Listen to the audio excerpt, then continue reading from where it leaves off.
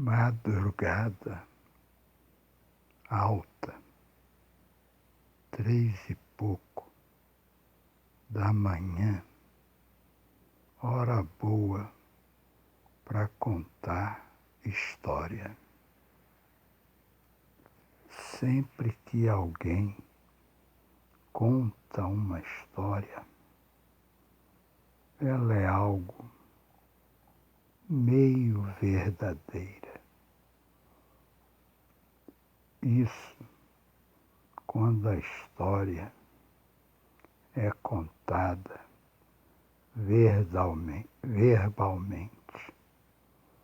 A pessoa escuta e quando passa essa história para uma outra pessoa, muda um pouquinho.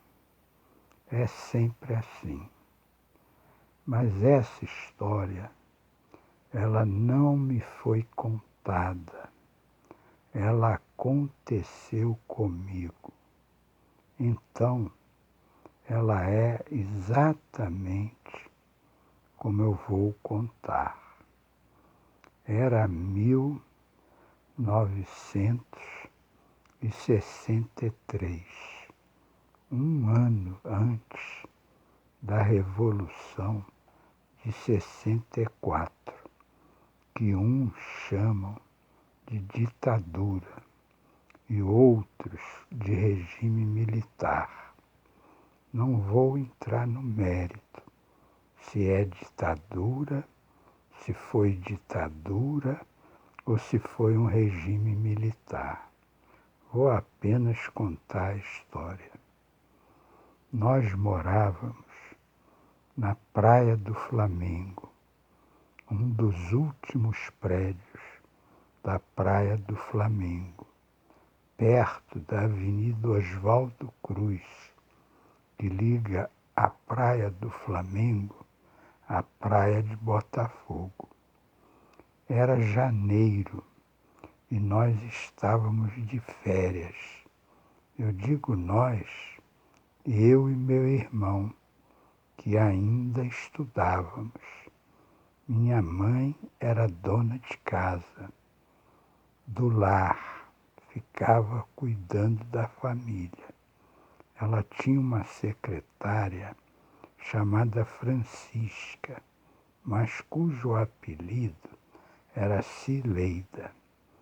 Fomos os 4 para Paquetá. Pegamos um táxi bem de manhãzinha e chegamos à Praça 15. Meu pai iria à noite, pois naquele dia tinha que trabalhar. Ele trabalhava no centro da cidade. Eu, minha mãe, meu irmão e Cileida, cada um com a sua bagagem, fomos para a Praça 15 de táxi.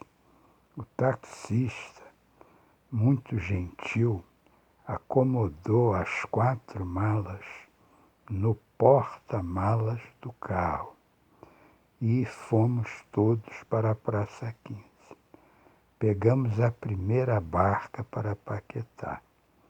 A barca que liga o Rio de Janeiro, o município do Rio, a Paquetá, em 1963, era bem menos moderna do que essa.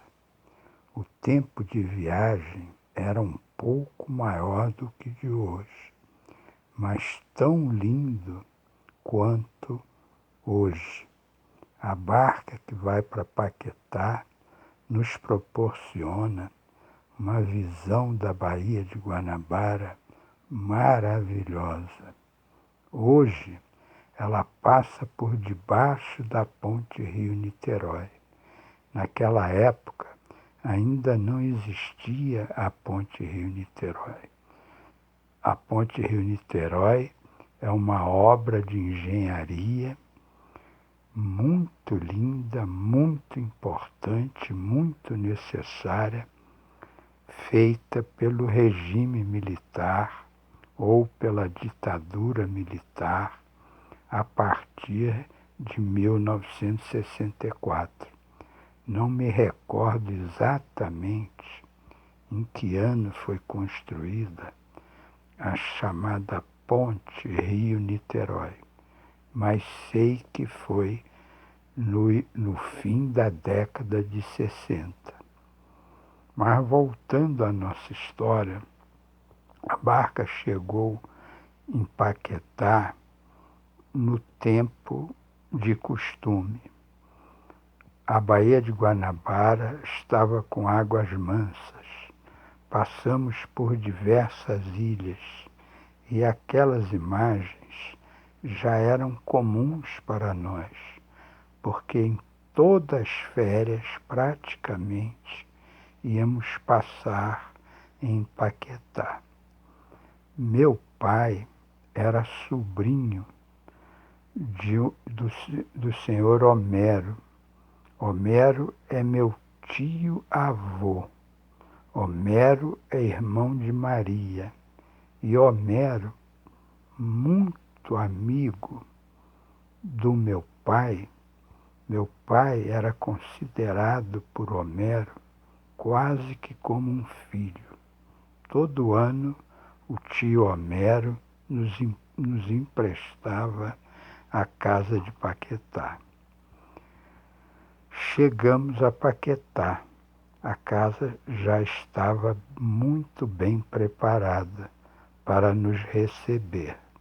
Minha mãe foi logo dizendo: você e seu irmão vão ficar no quarto menor, que dá para a frente. Eu e seu pai vamos ficar no quarto do meio. A Cileida vai ficar no quarto dos fundos.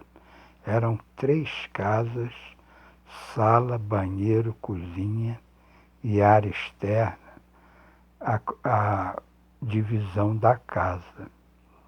Minha mãe e Cileida foram para o mercadinho local comprar as mercadorias que nós iríamos utilizar durante o período de férias. Eu e meu irmão fomos para a rua ver como andava a galera de Paquetá. Alguns a gente já conhecia. Nós andávamos de bicicleta, pois o meu tio-avô tinha diversas bicicletas, porque ele era pai de 3 filhos, 2 filhas mulher e um filho homem. Então, na casa, haviam 4 bicicletas e ele nos emprestava. Ele deixava todas à nossa disposição. Mas, naquele dia, eu estava tão cansado que resolvi não andar de bicicleta. Fiquei por ali. Fui até o cais ver as barcas chegando. Me diverti bastante. A noite chegou, nós dormimos, meu pai chegou, tudo certo, jantamos. No dia seguinte, meu irmão, que tinha 20 anos de idade, foi andar por Paquetá, ler um livro, foi à praia, não me recordo bem. Minha mãe, novamente, com a Cileida, foram ver tudo que a casa precisava. Eu fui andar de bicicleta e procurar uma praia para tomar um banho de mar, sozinho, naquele dia, sozinho. Encontrei uma praia tranquila, deserta, sem ninguém, com pouca gente, pouquíssimas pessoas, 1 ou 2 pessoas na praia, em frente à colônia de férias da Mesbla. A Mesbla era uma casa comercial muito importante em 1963. Ela tinha tantos empregados, tantos trabalhadores da Mesbla, que eles tinham uma colônia de férias. E nesta colônia de férias ficavam muitas jovens, e eu sabia disso, pois já frequentava Paquetá há alguns anos. Então eu fiquei por ali, na praia da Mesbla, onde tem um pequeno cais, um pequeno ancoradouro. Hoje tem até um relógio sobre esse ancoradouro, mas naquela época o relógio não existia. Era tudo mais precário, tudo menos moderno do que hoje. De repente chegou uma menina linda, uma menina lourinha, uns 2 anos mais nova do que eu. Uma garota de 14 anos, linda, linda, linda. Eu fiquei ali observando. Eu tinha 16 anos, era jovem, namorador, quis logo me aproximar. Me aproximei, puxei conversa, bate-papo, conversamos, começamos praticamente a namorar. Depois eu levei a menina em casa. Eu estranhei um pouco, porque ela morava bem próximo do cemitério, mas eu deixei ela por ali. Eu deixei ela numa esquina, próxima do cemitério. Ela disse que morava um pouco adiante. E eu voltei para casa. Fui para casa já mais ou menos 3 horas da tarde. Minha mãe reclamou um pouco, porque eu não estive lá na hora do almoço. Mesmo assim, ela pegou um prato, encheu de comida, me deu, eu comi. Veio à tarde, eu fiquei por ali, e como eu havia marcado o encontro com a garota no final da tarde e início da noite para passearmos, eu fui até o local onde nós havíamos combinado o encontro. Chegando lá, encontrei a garota, toda bem vestida, toda bonitinha. Fomos passear. Fomos em direção à mesma praia que nós havíamos nos encontrado, a praia que ficava em frente à colônia de férias da Mesbla.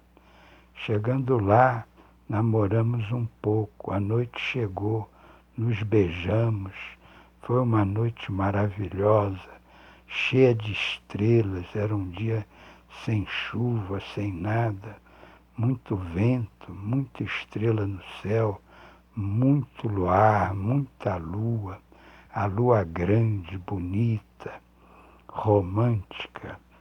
Foi uma noite maravilhosa. Por volta de 9 e pouco, ela disse, tenho que ir para casa jantar.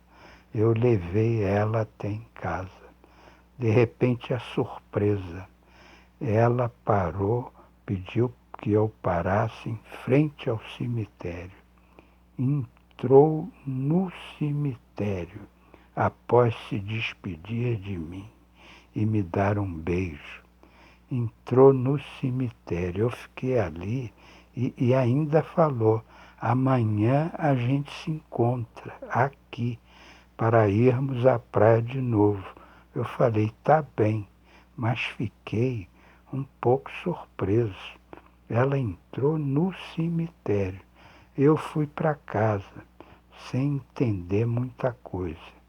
Achei aquilo estranho, mas não achei que ela era uma fantasma.